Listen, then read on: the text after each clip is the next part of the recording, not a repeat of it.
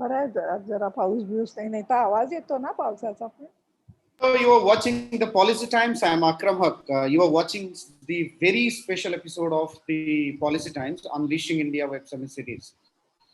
And under this show, we are bringing the real experts from different field to share their experience and to guide the people of the country. And the purpose of this show is very simple: is to not only educate but also provide policy advocacy, policy direction to the different aspect of national growth and national reincarnation. And this is particularly extremely relevant in the context of the COVID-19 crisis that the entire world and also India is facing, because the post-COVID scenario is going to be extremely different than the pre-COVID. In that context, I think we have chosen a very unique but very relevant topic of today's time, that is the relevance and enhanced role of forensic studies for national reincarnation. To talk on this, I think forensic studies is a very different specialized field, but has deep relevance in the nation building or national growth scenario. Not only in terms of detecting crimes, but also in terms of building narratives of not only healthy India, but also a very secure India. So to talk on this, our chairman of the show, Dr. P. Shekhar, who is also chairman of Global Smart City Panel, and also author of around 80 books on different topics. He will chair it. And I really want to welcome and thank you two eminent speakers for joining us, Dr. Vasudha Apte ma'am. You can see that at this age, having almost, I think, 30 to 50 years of experience in the forensic industry or forensic sector, she has seen ups and downs in the growth curve of forensic studies and development in India. And with him, we have a very young, equally dynamic personality, Amul Deshmukh sir, and he will also share from his point of view on this. Without taking any more due, I want to welcome and request Dr. P. Shekhar to take over the session. Thank you, Akram. I will introduce the guests also, speakers, and also run through a small small presentation on forensic sciences. Forensic science plays its own great role. Okay. What is it special about forensic science? It is a science for crime as well as civic use. That is the official definition of forensic sciences. Science word is coming twice because it is for a deep analysis of various aspects in which if a crime is committed, how it is taken care, and on a non-criminal areas, how certain development work can be done, and that our experts will explain. Now, let me go a small presentation on this, enhanced role of forensic studies for national reincarnation. Now, we know the vastness of the country. We know the dynamics of the country. We know whatever field is there, how much it has to support. It has to support something like 206 countries having a population of 1.4 billion spread across 2.9 million square kilometers, and with so many languages, so many dialects and all. Last 6 months, we are all down to the knees. COVID has come and attacked a smallest invisible creature. How much it can do harm. Economy has shattered, people are shattered, and at the same time, we are all on the verge to grow. We are not giving up. People are very, very volatile. People are very agile, and people are determined to make a comeback. But numbers are defining. On a normal day, about 27,000 people die. Maximum with corona, 1,000 people have died. Yes, 1,000 is special, but 1,000 people have died. Average is hardly 200, not even 200. Average is now around 80 in the last 6 months. But it needs to be cured. It needs to be understood. The significance of this particular event is also one more, in the sense that if WHO had taken forensic more seriously and had done more work on forensic, maybe we would not have had to face this problem. and which our experts have to make a comment. Now, let me go a little more deeper into forensic. Forensic is usually, we all know, in a crime scenario, something has happened, and immediately a forensic expert comes and they give their analysis, and because of which the general crime gets solved. This is based on many objectives, animate and inanimate, and it has got various technologies, tools, and they have to touch multifarious chemical to biological to physical to instrumentation to engineering to psychology. So many things put together is what is forensic science, and that we have to see it properly. There are I'll not go into the depth of how many laboratories and how many this are there, but yes, India, even though it is science which is not fully matured out globally, we are also catching up. There are 26 labs, and so many divisions are there. It's right from biology, serology, chemistry, toxicology, prohibition, so on and so forth. One interesting thing, one of our key speakers will tell, even on nuclear, there is something which he is doing for nuclear forensic science. I'm sure he will enlighten us on why and how those are all important, so that we don't have to think forensic only as a body analysis. Now, there are other forensic sciences in terms of pathology, psychiatry, anthropology, entomology, so on and so forth. And technology, it uses all the technologies in the world to come to an analysis, because whatever they say has got its own legal implication. So they whatever they do it with double precaution. And it includes drug testing, fire, 3D scanners, high-powered microscope, ballistic and all. Worldwide, today's forensic uh, market size is around 8 billion, but it's supposed to go at the rate of a stupendous rate of 38%, going up to almost 77 billion in under 6-7 years time, and which is very big. And Indian size is almost 5% of this particular sizes as on date. That's what we are told. And market size is reasonably small in terms of it. That's why there's a huge growth possibility. More students have to be trained, more support has to be given, and that's what our experts today can enlighten and also can do it further. Is again the intricacies of forensic science, forensic tool, so on and so forth. It has tests of everything. Now, secure governance is the one which we are saying is something by which India's growth will be fully self-sustained. And in the self-sustained, forensic will play a very core but catalytic role. Unlike other sectors, which plays a dominant role, smart city, blue economy, terrorism and all, this will play a catalytic role in seeing that other sectors grow and they are analyzed. So these are the two experts with whom we will have a detailed talk. Dr. Vasudha Apte, I will start with her. She's a writer, award-winning expert. She has been an ex-professor, recently retired, and also on medicine and forensic medicine and toxicology. And she was the first woman president of Indian Academy of Forensic Medicine. And she has been a key speaker in various forums, maybe hundreds she has given. And she's also an author. She has got awards. She has got a global award, national award, local award. The number of awards she's got are immense.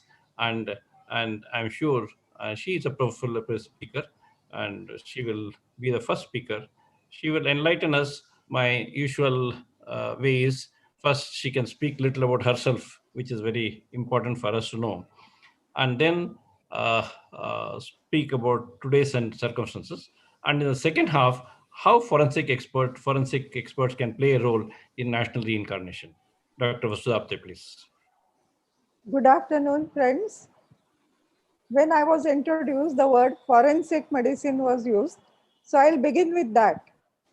Forensic is a word derived from a Latin word that is forensis, which means a forum. In ancient cities in all the world over, in India also, many of the problems were settled by holding a meeting in a place that is called forum, and from there the forensic medicine has originated. Forensic medicine is the interaction between law and medicine. It has two aspects. One is the medical aspect of law, and the other one is the legal aspect of medicine. All these are used while teaching the undergraduate students because they have to be aware of their responsibilities when they are dealing with the patients and some calamities. So that is why we teach them. Included in forensic medicine is the science that is responsible for gathering evidence and for giving the cause of death in particular circumstances. Forensic medicine is taught to the undergraduate students in MBBS course, also in Ayurvedic and homeopathic colleges, because all the practitioners have to be aware of their forensic responsibilities. Now, forensic medicine, most of the people are under the belief that a forensic medicine doctor or expert is dealing with the dead bodies all the time. That is not so. We have clinical forensic medicine also. Many of the people, when I talk to lay people, I realize that they don't have proper understanding of the subject, but they have many misunderstandings of the subject. Some of them are not even able to say forensic medicine, they call it forsenic medicine. So that is a very funny thing that happens, and I have seen it very often. So forensic medicine is a science that helps in detection of crime, for gathering evidences in case of crime, and then ultimately whatever reports are written by the person, all are produced in the court of law, and a forensic doctor has to go as an expert witness in the court of law and then give evidence. He or she is subjected to cross examination. Now, please remember, forensic medicine is not dealing only with the dead bodies or carrying out post-mortem examination or autopsies, but they have clinical forensic medicine also. I'll give you some examples. When a case of rape is brought for examination, examination is carried out by the forensic specialist.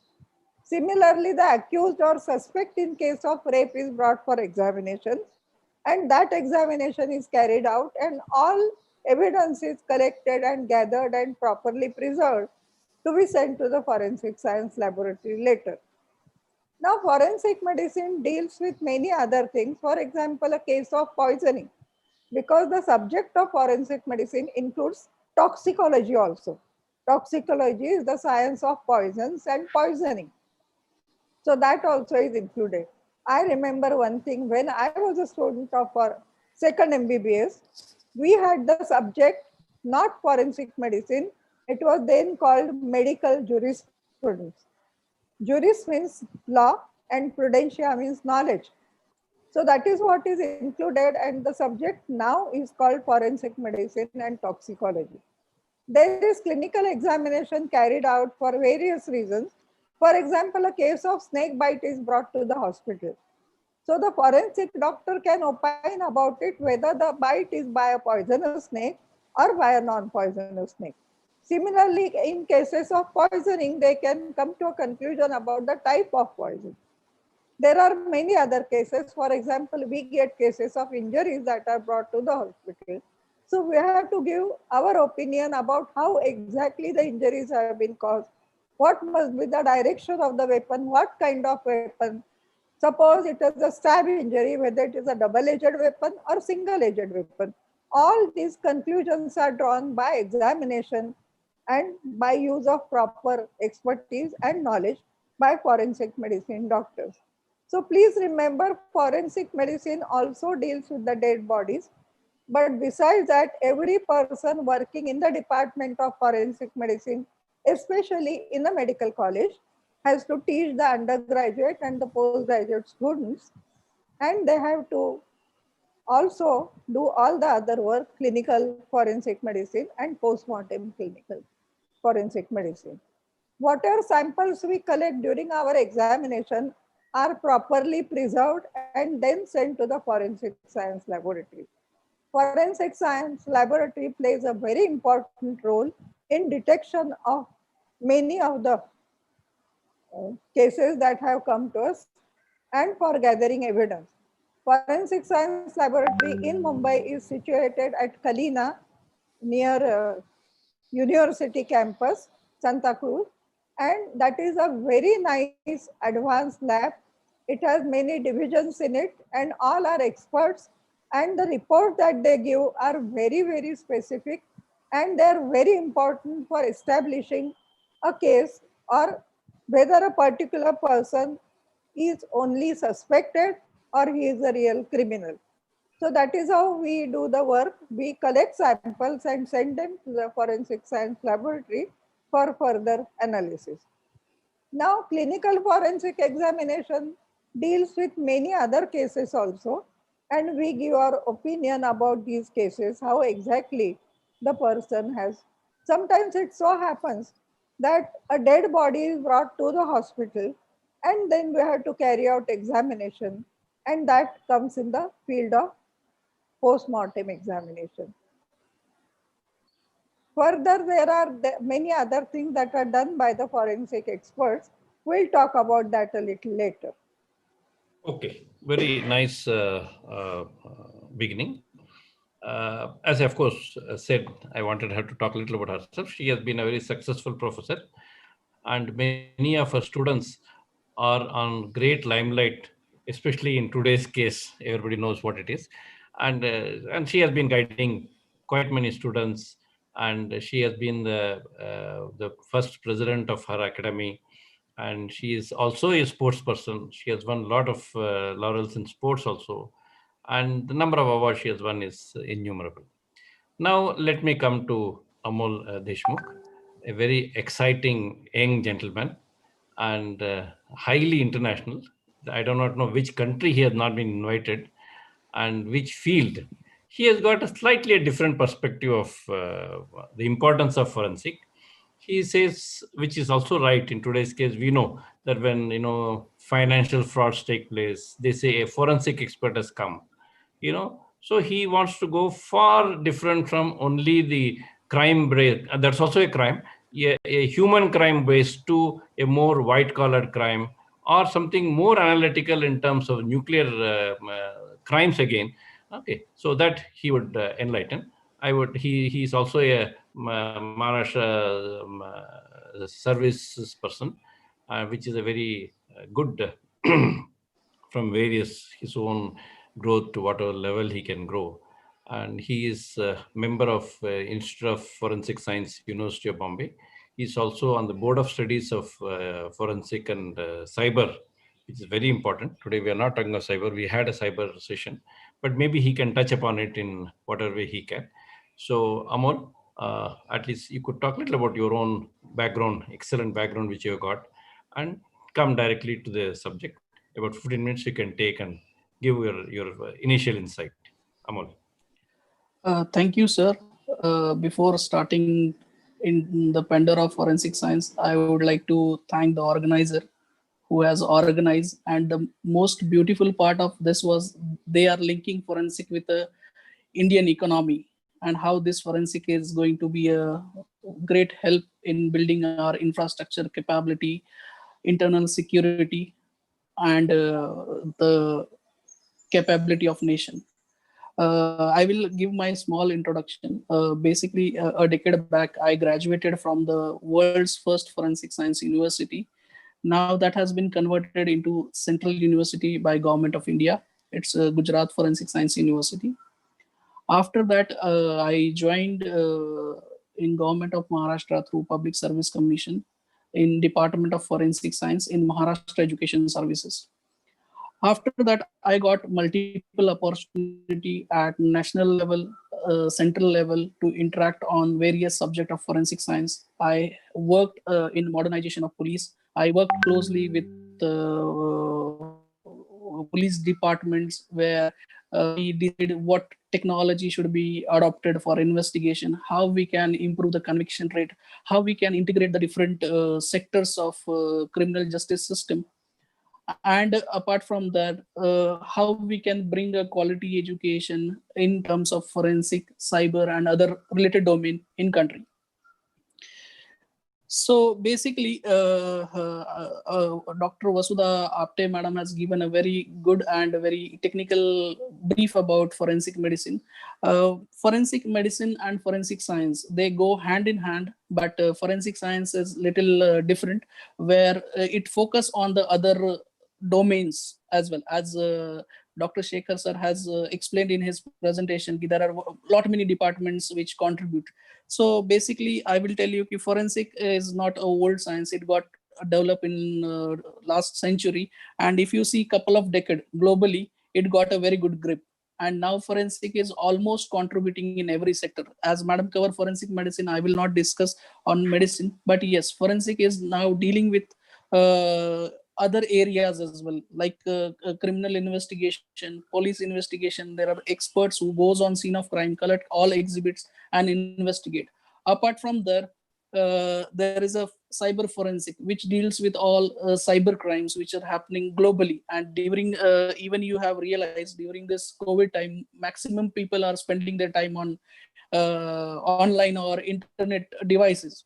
So it has raised the alarm, and the crime rate is also increased. So parallelly, these forensic experts and cyber experts are patching these issues simultaneously. Second thing, which forensic is playing important role nowadays, financial forensic, where the investigation related with frauds, forensic accounting, auditing, which is giving a very factful insights about the frauds and how to prevent them. So recently, lot many organizations has been cyber attacked, or even some financial frauds has happened. So these are the new emerging domain. Apart from that, there are few recent forensic domains which are helping directly. That is called as preventive forensic. Then we have rural forensic, crop forensic science, and social forensic science. So this is now the forensic is coming to common man. Like we have forensic smartness. Like every common man should aware what forensic knowledge he should bear to deal with the day-to-day life, so he will not get cheated anywhere. So he can identify small crime and prevent at that level only. Apart from ruler forensic is understanding the ruler structure and understanding the specific dynamics of the ruler crime and preventing them by using forensic application. Second thing is like we know mostly globally all over the world, forensic it comes in a picture when incidents happened actually, and it called post investigation matters, and in that way. But now we have something called as preventive forensic. It is indicating the hotspots which can tell us or give a predictive analysis, so we can prevent such crime. Like for example, I can give an example, like even the AI based tools what we are using now. So we have all where CCTV cameras. So these CCTV cameras are capturing various types of footage. This data is been monitored by police. Okay, so is there any correlation between this data and a crime? Is there any relation between such locations where crime happens frequently? So this will generate as a hotspot and indicate, yes, this may be the possible hotspot for a crime. So preventive measures can be taken. So this is a forensic science. And even apart from that, as far as country is concerned, country is now taking forensic very seriously in all the aspect, whether it is forensic science laboratory expansion, whether it is forensic education. Recently, I think in last 5 decades, lot of university came with a forensic science curriculum. They are giving certification program. They are even training the, actually this is happening first time, cops are sitting in university and learning more about sciences. Even as in our institute also, we have given a lot of many training to actual police investigators. So we are telling them more about the value of evidence, how it can be collected. So it's happening all over. Second thing is what the agencies like central government and all are focusing to bring forensic into mainstream. So apart from education, like they are providing with mobile forensic units to police investigation agencies. So now initially it was like the investigating officer used to go on the scene, and then if he feel yes, we require forensic opinion, then he will call someone. But now we have forensic laboratories equipped with spot analysis techniques. So you can on the scene yourself, you can find out the clues and investigate there itself, and preserve them properly for further examination. So it's all important things are happening. So that's from my side. Okay. So now coming to the second half, Madam can take the charge again in terms of how the national development reincarnation, whatever we call it, how forensic can play a role. Okay. I know that forensic is not a direct sector like a finance sector or a education. Education also it is there, but not education where somebody is saying. And even from education point of view, because if we teach more people into forensic, because forensic can go into every sector, you know, a set of banks can have a forensic expert, like you said, a police people can have, a jewelers can have, jeweler can see the trend of frauds which happens many times, you know, in many jeweler shops sometimes even their own relatives finally turn out to be something negative, you know, how to find it out. This they're cutting across board. Every society has got their own problem. Every, you know, security guards people have got their own problem. Now after the crime has happened, then we just maybe catch a thief or maybe catch somebody. So how do we come out of you know, we can never come out of crime will always be part of humanity. How can we minimize, how can we analyze, how can we make it more challenging for somebody who's doing negative to so that, you know, we should always show the you know, the law coming above the crime. And in that I would like Madam to enlighten us with any live example in the next 10 minutes, please. Friends, I have been in the field of forensic medicine soon after MBBS. I joined it and I wanted to do something different, something challenging. Otherwise, I would have become a pediatrician or a gynecologist, but I never wanted to do that. I wanted something challenging, and that's why I chose this subject of forensic medicine. In addition to my MD degree, I also acquired degree of LLB by on my own studies because I could never attend the college. So Okay. that really helped me because I have to go to the court of law very often and give evidence, and I'm subjected to cross examination. So that really helps me. When we teach our undergraduate students, we make them aware about the various laws that govern medical practice. And in addition to that, we teach them about Indian Penal Code, Indian Evidence Act, and so on. There are other acts like Termination of Pregnancy, MTP Act, and so on. And more than that, Consumer Protection Act. So all these are taught to the undergraduate students so they know their responsibility. It is unfortunate that the crime rate is in India is increasing day by day. And how to put an end to it, how to reduce that is a question. So if we are able to establish evidences against the wrongdoers, then they can be punished, and that will definitely prevent the potential crime makers to be away from it. So that is the thing we want to do. I have been in the field for almost last 50 years, and I have seen changes in the forensic medicine, but they are at a very slow pace. I have seen many more changes in forensic science laboratory. They are progressing fast, and they are almost trying to keep in touch with the changes that are taking place in other advanced countries. Regarding forensic medicine, we I will talk more about the post-mortem examination now because people are more interested in that topic. They are under a wrong belief that the forensic expert is doing post-mortem examination all the day. But as I told you earlier, we are involved in teaching and many other things, clinical forensic medicine and so on. Now, why is a post-mortem examination done? So we have to answer many questions that arise in our mind. Sometimes the person whose dead body is brought to us for examination is unknown. So we have to establish identity of that person. We have to estimate the age and how exactly he has died. Now sometimes we get dead bodies recovered from water. So that time there are two main possibilities that we have to bear in mind. That is the death is due to drowning, death is not due to drowning, and the individual has been killed and then thrown in water. Same thing happens with the rail bodies brought from rail track. Sometimes at night, a person is killed by some other means and the body is placed on the railway track. The railway runs over the body and everybody believes that he has died because of railway accident.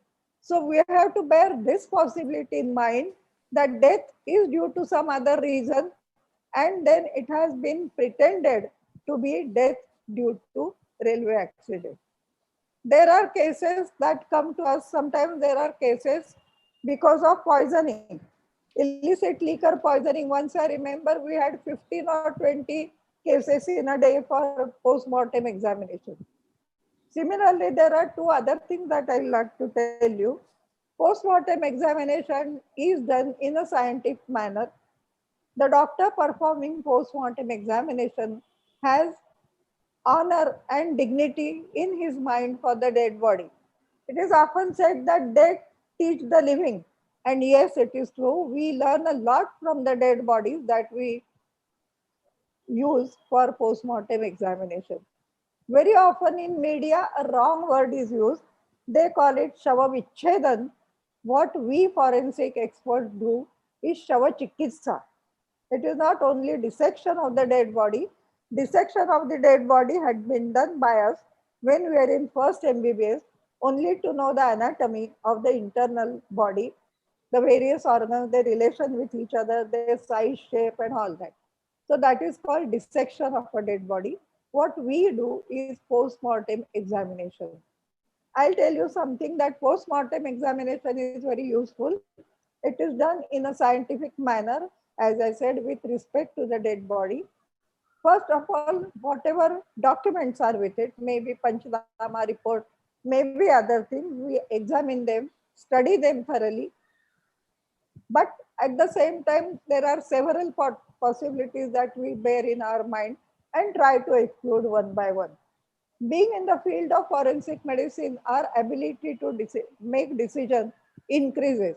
And we have to be fast about it. We can't take a very long time to decide all that. Only in a few cases, we are not able to give the cause of death immediately, though it is known to us, because we have documentary evidence that is required for that. And therefore, we have to subject the body to chemical analysis, various parts of the body, fluids of the body, blood of the individual are taken for chemical analysis. And only after receiving the result of chemical analysis, we are able to come to a conclusion about the cause of death. Sometimes you have to carry out histopathological examination and then only we can give certification about the cause of death. There are incidences that occurred and why post-mortem examination is needed, I'll tell you. Once it so happened that a woman was admitted to our gynec and obstetrics ward. She delivered a baby boy, delivery was normal.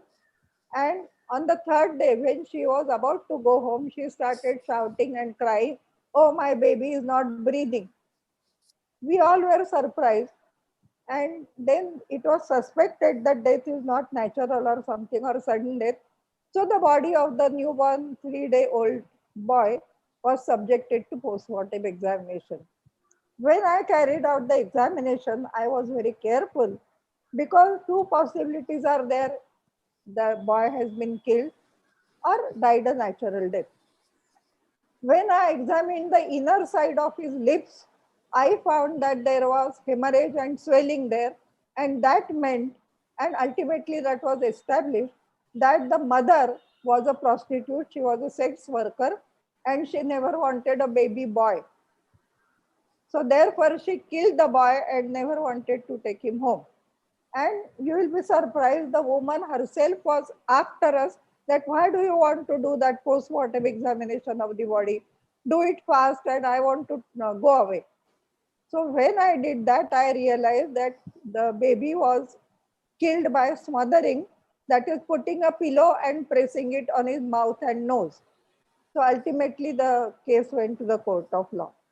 We had one other occasion. I am telling you what is the importance of post-mortem examination. There was a case, one man was standing near a pawn shop at night, about 10:30 at night. He ordered something and all of a sudden he fell down. The panwala also did not realize what happened, and the man fell down. He was brought to the hospital. He died. When I performed the post-mortem examination, I found, as was written in the documents there that were available, that there were bullet injuries on his body. When I carried out examination, before that we had taken x-rays and located where the bullets were and how many bullets were in the body. I realized that there were 5 bullets in the body. 3 were of one type and 2 were of some other type. So I could give an important clue to the police saying that the person who fired at that individual was not a single person, but there were 2 persons. Ultimately, the police inquired, they found some eyewitnesses, and then they were told that somebody came, 2 people were riding a bike, and they both had pistols in their hand and they killed the individual. So this is how we can help the police for their further investigation. Whenever we get bullets in the body of the individual, we never touch them with any metallic object. Only with the gloved fingers we take them out. We don't wash them. We just take their photographs, their measurements, and each bullet is packed separately. It is allowed to dry in air, then it is packed and sent to the forensic science laboratory for further investigation. So this is important that people believe that post-mortem examination is not really necessary, but there are so many important clues that we can get by post-mortem examination, and that becomes useful for the police to carry out their further investigation. Sometimes there are cases of multiple injuries. I have seen cases where there were 59 injuries on the body.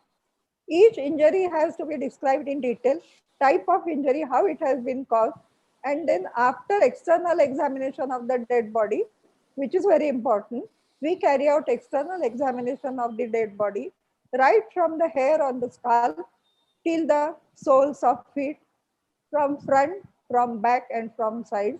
And whatever important things we find there, we make a note of all that. Only after that we open the body, each and every organ is examined in details, and we dissect each and every organ, whatever abnormal is there, and very often we find some abnormalities in various organs. In case of bullet injuries or stab injuries, which organs in the body are affected, how deep is the injury, what is the cause of death, how much is the hemorrhage that has been caused by all that, is noted down by us. This is very important for us to do this post-mortem examination. And ultimately, after the post-mortem examination is done, organs are replaced in the body, and then the body is thoroughly cleaned, wrapped in a nice cloth, and then it is handed over to the relatives, the deceased. So post-mortem examination, people have misunderstandings about it, but it is carried out in a very scientific manner. It is done for getting answers to various questions that we have in our minds. How exactly the person died? When was the death? What was the timing of death? How can we identify the individual, and so on? So many things are carried out during post-mortem examination. In my career, I had a day when I had to face as many as 27 dead bodies in a day. So this happens, and we all are prepared for that, mentally prepared for that, and we maintain our balance. When we had those 27 dead bodies, we had to finish their examination. It was right from morning to evening. I had only one doctor with me. Shortage of staff, that is a common thing faced by forensic medicine departments all the country over. And therefore, I had only one assistant with me. He helped me, and then we managed the work. We never had any food that time. We never got out of the costume that we have to wear for post-mortem, or mask and everything. And that is how we work. So we do this duty of post-mortem with full devotion, maintaining dignity of the dead body and with full respect to the dead body. So people are often thinking that post-mortem is done unnecessarily, but it is necessary in many cases. And unless that is done, we cannot come to a conclusion about the cause of death. About sometimes we come to know about the offender. Sometimes we realize that the injury has been caused by left-handed person. That also can be done from the direction of injury and all that. So this is how post-mortem examination is very important, and people have wrong notions about that, that it is not butchery, but it is a scientific way of doing examination of a dead body. Thank Anything you. else? Thank you. Now, Amol, we have to now talk in terms of this COVID, post-COVID, various sectors which you feel forensic can go. And if you have some idea, since you're also now a professor in university, uh, how much numbers will be required, how many people should be trained in various locations, and how, especially the diversion to other sectors. Madam has been very good enough to say, particularly about the dead body, the need of postmortem, need of forensic study, and the dignity of the person who is dead. Now, your specialty is how to make it preventive forensic, how various other sectors will come in picture, and how the training can be inculcated. And since you have also traveled to many other countries in the world, some of your experiences and some of your thoughts on this, Amol. Yes, I will tell, like after post-COVID, yes, surely the forensic is going to do multiple things basically. Uh, Here I would like to quote something like once a Supreme Court judge told that forensic is very important wheel of investigation. And why it is important? Because the conviction is based on the facts. And I will tell you, many social scientists has already mentioned in their research work कि conviction rate is directly proportional to the economical growth. So if we have good conviction rate, if we have good law and order situation, if we have all the forensic investigation placed properly and giving good judgments, so definitely it will boost the confidence of every citizen, every individual. That ultimately takes towards steps to like strengthen the bond of economy and give a special confidence to every citizen regarding the assurity of law and all. Second thing I was like interested to tell here, as in last 10 years, forensic has developed many of its new branches. Like I will tell you, forensic is a profession where multi-personal, multi-domain experts comes. Some forensic fields are of its own, like science of fingerprinting, science of document examination, science of firearm. It is of their own. But when it integrated with some other science like forensic toxicology and all, so it involves other experts also. So now what happens, as forensic principles are used by other industries as well, like I told you example of forensic accounting and auditing. What is this? So it is nothing but doing the auditing on the basis of forensic principle, where you are getting much accuracy, so you can actually find out where the fraud has happened. Similarly, even this has been used in a crop forensic science, which is quite used in developed country. What they do, like they predict on the basis of agricultural evidences what kind of crop we are going to get and how the harvestment can become good.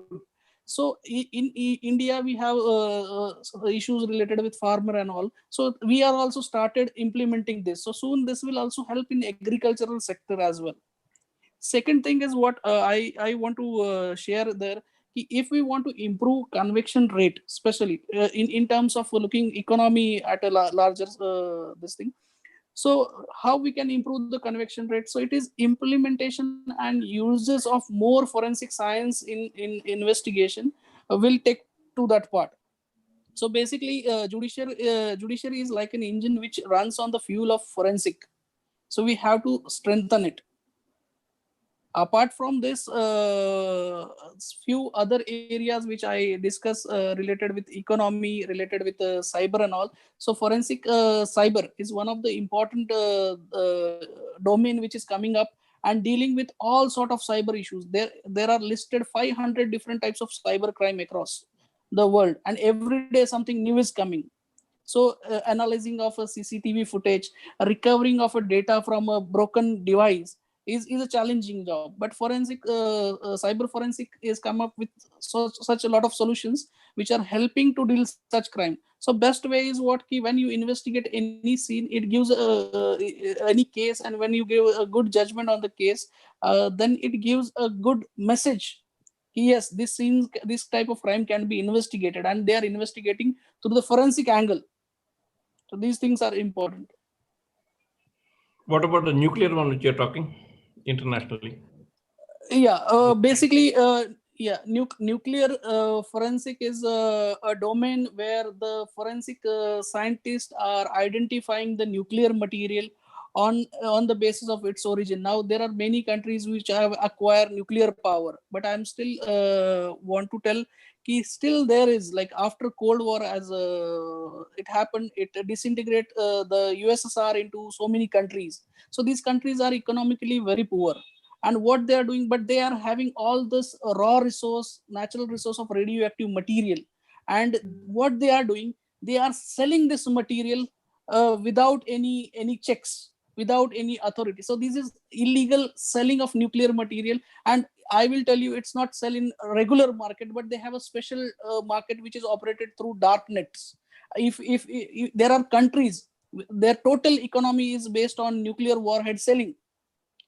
So nuclear forensic is what it is. It is an application of forensic science. And I'm telling you, India is a sandwich country between golden triangle and golden crescent, okay, which are now enhancing the nuclear capabilities, nuclear powers. And apart from this, see, in case if it has been got in hands of some antisocial elements, so this can cause disaster. So this even we have reported many cases where nuclear material is seized on international borders. So how we can identify from where is the source? So forensic, nuclear forensic is a science which help us to identify the origin of source. Even we can label that nuclear material, and we can pin point find it out from where it has been origin, who was the seller, which country is involved in this. So it is integrated investigation which has a physical aspect also and digital aspect also. So in digital aspect, what we are doing, we are investigating the selling and the trend of the nuclear material which has been supplied through darknet and other website which has not been generally used by common people. And after that, certain radiochemical and radio forensic tools are there, which recently got adopted by our agencies also, and they are now investigating it at an accurate level. We can identify whether the nuclear is of a legal source, whether it is from unauthorized source, whether it is an orphan nuclear material, what category, what impurity it is having. So we can figure it out. It is all about nuclear forensic science. And even we are proposing one nuclear forensic lab that will be first country's nuclear forensic laboratory, which will be dedicatedly look into the nuclear matters. It is directly related with the national security also, and even the region security also. Okay, that is very good. Just now, 3 minutes on, the manpower training and the future in store for forensic. I would like Madam to give a comment before I close. 3 minutes on the training aspect. Both of you are professors, both of you have taught, and both of you have, of course, he has got a long way to go before your number of students who are trained. Your guided students. So what is the future for students in this area? Linked to national growth. See, we are not talking from in this particular event. We are talking mainly as a national growth. As national growth, more students come in, more students get profitably employed. That becomes an avenue for growth. So from strictly from that angle, if you can guide in terms of the student training, how it is, what sort of way it forward, Madam first, and then Amul. Those doctors working in the departments of forensic medicine in medical colleges are very well trained. But those working in official areas, primary health centers, and in villages and so on, for them, we have an organization in Maharashtra called Medico Legal Association of Maharashtra. And through the medium of that, we conduct training programs for the doctors in the remote areas so that they are well trained and they do good quality work. That is what we try to do through our organization. The future of forensic medicine, I don't know. The way it has been progressing, we have to have some more progress, some more accurate readings that we can give.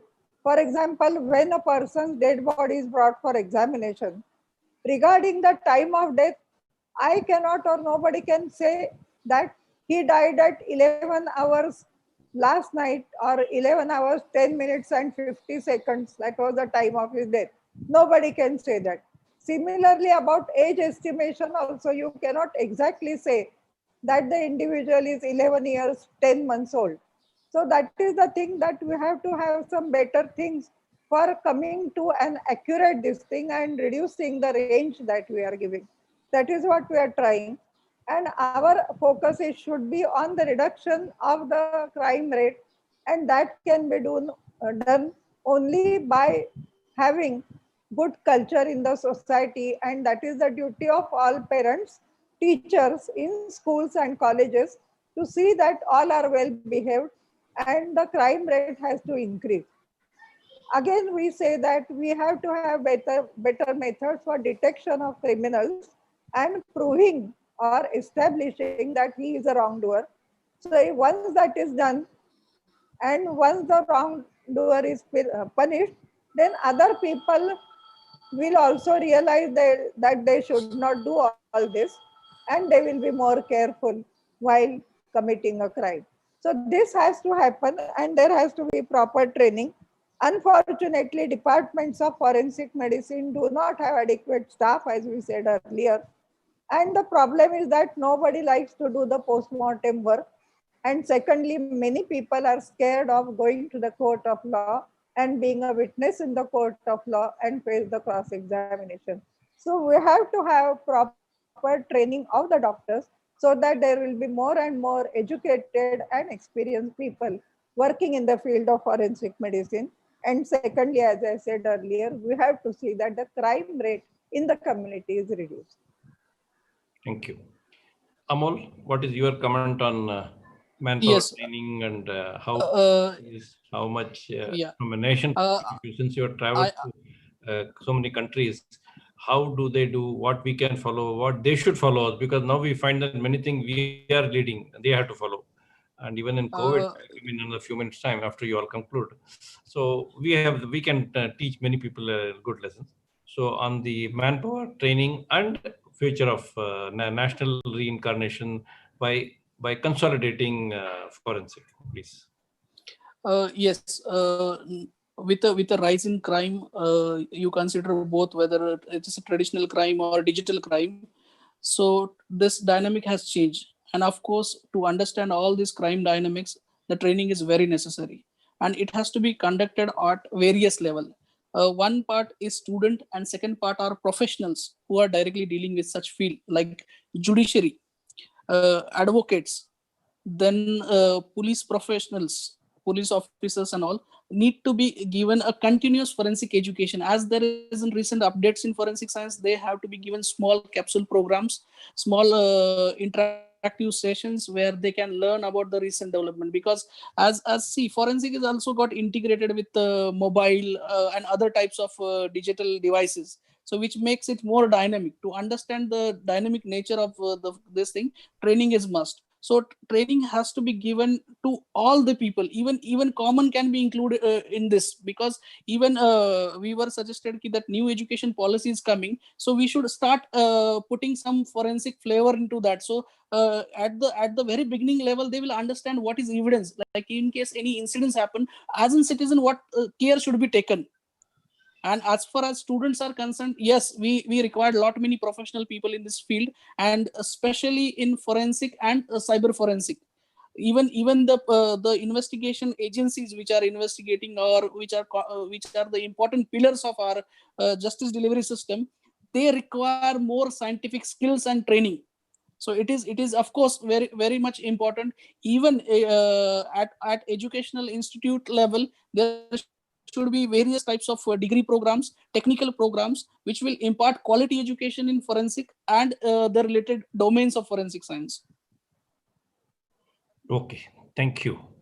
So now to conclude, there are a few pertinent points which I might like to bring it on record. forensic has started off in a not as a casual way, but as a thing of a need that okay, somewhere I need to do an autopsy and all. But it has gone far above into multi-sector, multifaceted, multi-discipline. Now, with that being there, what I feel that one of the conclusions of our own event is that we need maybe 5-6 lakhs people who have to be in forensic throughout India. Whatever we talk is national level.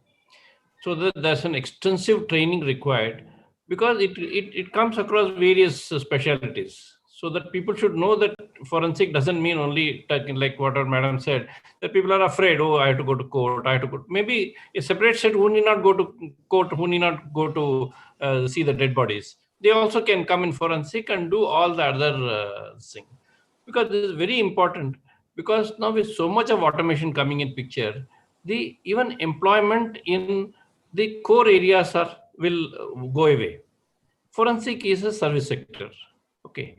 So in that sectors like this, if they can absorb more people relevant to the output of the nation, it is something which is extremely good. Now, let us now take the example of COVID. Somewhere it started, people say in China, Wuhan, etc., etc. Suppose World Bank had people like Dr. Apte and Amul. I'm not trying to praise, but they have done an excellent job, for which, yes, I have to bring on record that they were recommended by the former DGP of Government of Maharashtra, Praveen Dikshit, that they are excellent people, and he is waiting to see the record of this. He said, please send it to me. I want to see it live. So I'm sure he's seeing it live. And he said, they're excellent people, and they have been excellent. So thanks to both of you, and to him for recommending the two people. So from that angle only, somebody so senior is recommending means somebody like you doing, maybe COVID would not have been there. I'm not saying that will not be there. Somebody has mugged up in the whole world where they have not analyzed the forensic portion of COVID. COVID could have been analyzed threadbare last year, November, when writings were, we were only watching, somewhere somebody falling on the street in China and then laughing at it. That if somebody had analyzed and taken it serious, that before it comes to if suppose some theft is taking place in the neighbor's house, immediately, I'm not telling India as such, world as such I'm talking, could have analyzed, could have taken it more serious, maybe, we would not have to go through. Even now, it is not too late. I believe that somewhere forensic has to be superimposed on COVID. Because COVID is being analyzed threadbare in terms of only number of deaths and number of people coming. It doesn't make any sense. It is today is 50,000, tomorrow is 75,000, day after tomorrow is 1 lakh, day after tomorrow is 12 lakh, day after tomorrow. What is this we are doing? We are a country with 1.4 billion people. Any of the numbers do not make any sense. But for a common man, it gives fear.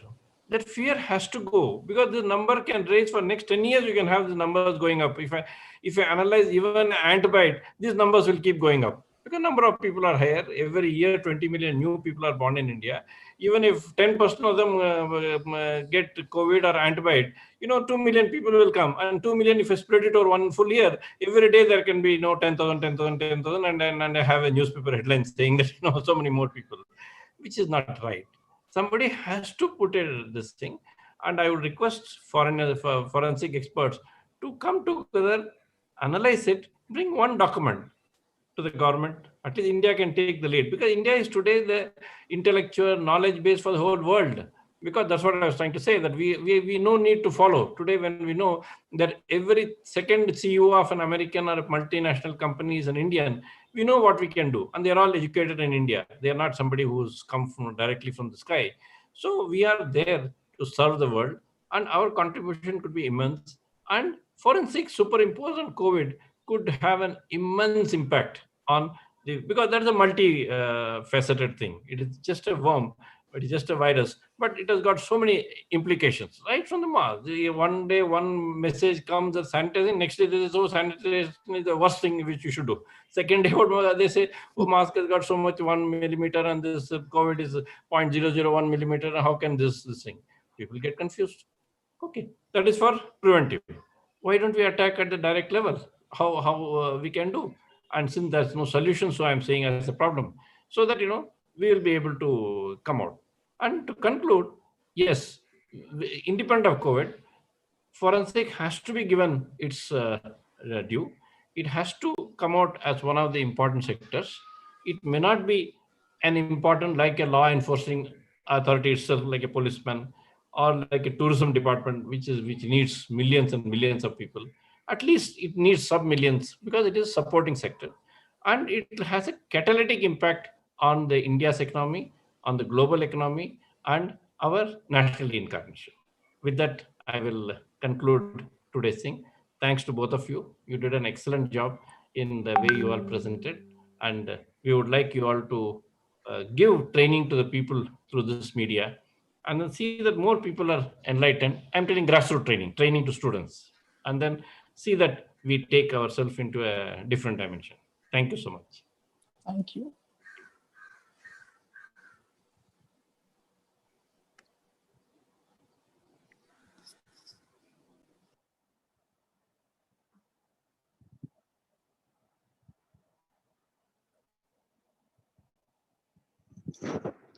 तो माणूस होता ना दुसरा